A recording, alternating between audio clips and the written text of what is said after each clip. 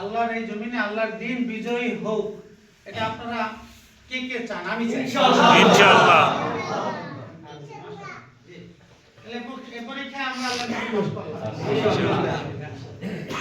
এই দিন বিজয়ী করার জন্য ঘরে বসে থাকবো সবাই না দিন বিজয়ের কাজ আমরা করা দরকার নেই, তো আল্লাহ পাস করাই দেবে না কি বলে? তাহলে কাজ করতে হবে। আমাদের মোরেলগঞ্জ সদর ইউনিয়নে 5টা ভোট কেন্দ্র, গাবতলা, ভাইজোরা, বিশেরিঘাটা, পশ্চিম বিশেরিঘাটা আর হলো পশ্চিম সরালি। এই 5টা ভোট কেন্দ্র না? এই 5টা ভোট কেন্দ্রে টোটাল রেজাল্ট হয়ে তো আমরা পাস করব।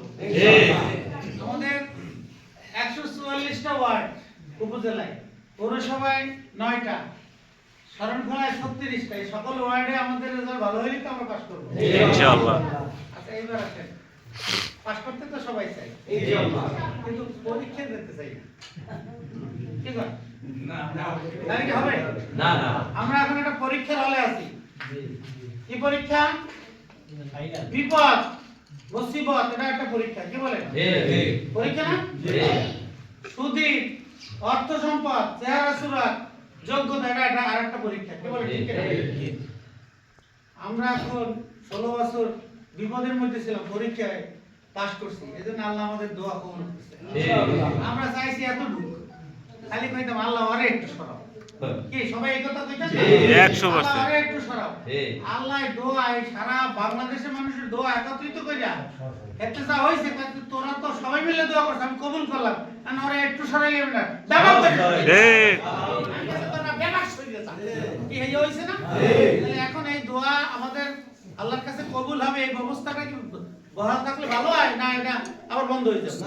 চলমান। তাহলে এইবার আল্লাহর কাছে আমাদের দোয়া, আমাদের নেতা মাওলানা দেলোয়ার হোসেন সাইদি বলতেন, দুটো দোয়া করতেন। একটা হলো তাকে শহীদ মৃত্যু দান করার জন্য দোয়া করতেন, আর আল্লাহর জমিনে আল্লাহর দিন কায়েম হোক এই দোয়া করতেন। আর একটা দোয়া কিন্তু আল্লাহ কবুল করে দিয়েছেন, তিনি শাহাদাতের মর্যাদা লাভ করেছেন। আর একটা দোয়া কবুলের অপেক্ষায়। এখন এই সাইদের অনুসারীরা কি করবে এইটা হলো বিষয়। এখন আমরা কিন্তু নতুন পরীক্ষার হলে ঢুকছি, ওই জুলুম নিপীড়নের মধ্যে ঘাপটি মারিয়া সুবহানাল্লাহ আলহামদুলিল্লাহ জিকির করে এলো, জামাত ইসলামীতে রয়ে গেছি। সেই কারণে তো আজকে মসজিদে বসতে পারছি। এখন সুদিন পরীক্ষা নতুন আরেকটা শুরু হয়েছে না? এখন এরকম কেন দিয়ে ঘুরতে না এরপর যেটা দৌড়িয়ে আগুয়ে যায়, একটা ল্যাম মেরে হালাই দেবো না। কি এটা ভালো হবে না? এখন তো এই করতে আসছে। এইটা যদি করি আমাদের দোয়া আল্লাহর কাছে কবুল হবে না।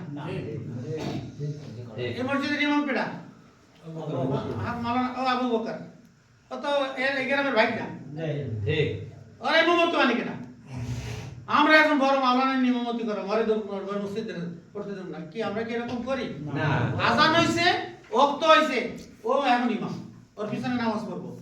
এই জায়গায় যদি ওর সাথে বড় কোনো আলেম আসে, তাই সেই আলেম আসলে ও নিজেই বুঝবে যে হুজুর আপনি নামাজটা পড়ান। কি এরকম হয় না? আজকে বাংলাদেশ জামাত ইসলামী একটা ইসলামী দল, এটা কিন্তু কোনো মানুষের দল না, মনে রাখতে হবে। এই দলের নীতি নির্ধারণ, কর্মসূচি সবকিছু কোরআন হাদিস থেকে নেওয়া, এ কোনো ব্যক্তির থেকে নেওয়া না। অতএব মনে করেন একটা মানুষ নামাজ পড়ে না, মনে করেন যে একজন বেনামাজি মুসল্লি আলে নাম বলবো না, চিনতেন আপনারা? কেউ কেছে এই লোকের তো চেনা উচিত, এই বারে তলায় বাড়ি নামালে বেনামাজি মুসল্লি, সবাই নামাজ পড়তে তো উনি বারে তলায় বই থাকতে। এখন আমরা কি বেনামাজি মুসল্লি আর বেরোজগার মুসলমান এই থেকে মরলে আমাদের লাভ হবে না? বাংলাদেশ জামাত ইসলামীর সাংগঠনিক পদ্ধতিতে সকল দায়িত্ব বন্টন করা হয় এবং এই দায়িত্ব বন্টনের মেয়াদ আছে। ওই মেয়াদ পূর্তির পর আবার দেখা যায় যে আবার নতুন দায়িত্বশীল হয়। আপনারা মানে আমি ছোট্ট আমার জীবন থেকে বলছি, আমাদের এখন যদি উপজেলা আমির মাওলানা শাহাদাত সাহেব, আপনারা তো তারে চেনেন। আমি যখন শিবিরের থানা সভাপতি ছিলাম তখন উনি ছিল শিবিরের থানা সেক্রেটারি, জানেন এটা? এখন উনি থানা আমির আর আমি ওনার অধীনে থানা নায়েব আমির। তাহলে আমার তো ওনার বিরুদ্ধে প্রথম বিদ্রোহ করা উচিত, আমরা করলো যে থানা আমির মানি না কি বলে কি করা উচিত না? কেউ তাই দেয়াইছে থানা আমির হয়ে আমি মানি, আমি এলাম হ্যাঁ আগে সভাপতি শিবিরের থানা সভাপতি, আমারই তো সভাপতি হওয়ার যোগ্য। এটা আমাদের দলে চলে না, এটা করলে গুনাহ কবিরা। এটা যিনি করবেন তার কোনো ইবাদত কবুল হবে না। তিনি ইসলামী আন্দোলনের যত বড় বুঝমান লোক হন না কেন, তিনি ইসলামের রশি গলাইতে খুঁজা এরপরে আল্লাহ আল্লাহ হাঁটেন। এই আল্লাহ রসুল কইছে, এই আমি আপনাকে বলতে আসছি। কারণ আমরা কি আল্লাহ রসুলের কথা অনুযায়ী চলবো না তার বাইরে চলবো? কোন কারণে এবার একটু ইমামকে বলি, এত আমাকে সবার জন্য ইমাম সাহেবরা মসজিদে আইয়া ফজরের নামাজে বড় সূরা ধরেন, অসুবিধা নাই। গরু বান্ধার সময় মাগরিবে ঘুরাই আইছে, আমাদের আসরের সময়ও সূরা বাকারার অর্ধেক পড়ে তারপর নামাজ শেষ করতে চান, তাহলে তো আপনি মুসল্লিরা সব বাইকে যাবে। তাহলে আপনি ওই রকম সূরা ধরবেন না, আপনি সূরা ধরবেন যেন আপনার মুসল্লি কামটা সাইডে আবার মাগরিবের নামাজ পড়তে আইতে পারে। এক ইশারায় কথা বুঝবেন। ইমাম সাহেব আমরা কিন্তু ইমাম, আমাদের দায়িত্ব আছে। কর্মীরা আমাদের কাছে আসাইল করবে, দুইটা সমালোচনা করবে। আচ্ছা, মসজিদের ইমাম ভুল করছে, লোকমা দেওয়া কি এটা শরীয়তের বিধান না? কিন্তু মসজিদের বাইরে যাইতে যায় হে একজনের লোকমা দিয়ে গেছে, এটা নেওয়া যায় না, এটা লোকমা দেবে। ইসলামে যে তারাই আছে ও বোকা, কিন্তু ও মুসল্লি, ও লোকমা দিয়েছে, ওটা ইমাম নিতে বাধ্য। আর যদি ভুল হয় তো নামাজ সালাম ফিরে করবে, ভাই তুমি মুখ লোকমা দিলা, ঘটনা কি কও? কইবে যে আপনি সূরা ফাতিহা পড়ছেন, এক জায়গায় ভুল গেছে এজন্য লোকমা দিছি। পরে সে শুনাবে যে না আমার ভুল যায় না, অথবা এটা নিয়ে সমাধান হয়ে যাবে। কিন্তু লোকমা দেওয়ারও বিধান আছে, লওয়ারও বিধান আছে। লোকমা দেওয়ারও বিধান মানতে হবে, লওয়ারও বিধান মানতে হবে, কিন্তু আলোকমা দেওয়া যাবে না। কি খালি বিরক্ত করা যাবে না, যাবে খালি ইমান থাকে না। আসুন আমি যেখানে শুরু করছি এখন আবার সেইখানে ফিরে যাই। 3 দিনের বৈরাগী ভাতের কয় অন্ন কি বৈরাগী ছিলেন তো? হিন্দু সম্প্রদায়ের মধ্যে যারা একটু সাদা কাপড় টাপড় পরে নিরামিলি থাকে, ঘর সংসারে খোঁজ খবর লাগে না, একেবারে বৈরাগী। এখন খিদে লাগছে, এখন খাবার দিয়ে যায় না, আমার তো অন্ন, আমার একটা অন্ন দিবে, অন্ন অর্থ অপর, আবার অন্য অর্থ খাবার, কেন তো বোঝে না। এখন আমরা কিছুদিন পর সংগঠন শুরু করে আমরা ভাতের অন্ন খাওয়া দিচ্ছি, এজন্য আমাদের সবাই বুঝতে পারিনি। সংগঠনের আগামী দিনে বাংলাদেশে যদি ইসলাম প্রতিষ্ঠা করতে হয়, তাহলে সকল নেতা কর্মী সমর্থক সুধী শুভাকাঙ্ক্ষী সবার এটা দায়িত্ব এই মুহূর্তে কোনো ভেদাভেদ না করে সংগঠনের কাজ এগিয়ে নিয়ে যাওয়া। সেজন্য আমার কেউ ডাকে নাই, আমি টের পাইছি ওই জায়গায় অনুষ্ঠান হবে, আমি চলে যাবো। অনুষ্ঠানে যোগদান করে ফিরে এসে বলবো আমারে ডাকলে তো আমি আরো 5 জন নিয়ে আসতে পারতাম, আমি তো একা চলে আসি, কারণ আমি তো জানছি একটু আগে। তাহলে ওনার জীবনে বুদ্ধি থাকলে আঁকলে ধরবে যে আসলে ভুল হয়েছে, কি করে। কিন্তু আমরা কি করি, আপনি আমার বলাইলেন না কেন, আল্লাহ আল্লাহ করেন যে করেন, আমি আপনাকে লাগে নাই, তাহলে তো আমি রাতে নামাজ থেকে দিয়ে আড়া দেওয়া যাবে না? হ্যাঁ কি বলেন? ওকে দিয়ে দেখছেন মসজিদের ইমাম পছন্দ হয় না, নামাজ বাদ দিয়ে আড়া দিচ্ছে। আমরা কিন্তু সেই কাজ করবো না। সম্মানিত উপস্থিতি, আমি তো সময় আর পাবো না, সময় আমার শেষ। আমি আপনাদেরকে 1 মিনিটে যে কথা বলতে চাই, সেই কথার বক্তব্যের মূল জিনিস হলো আল্লাহর রজ্জুকে আমাদের শক্তভাবে ধরেছি।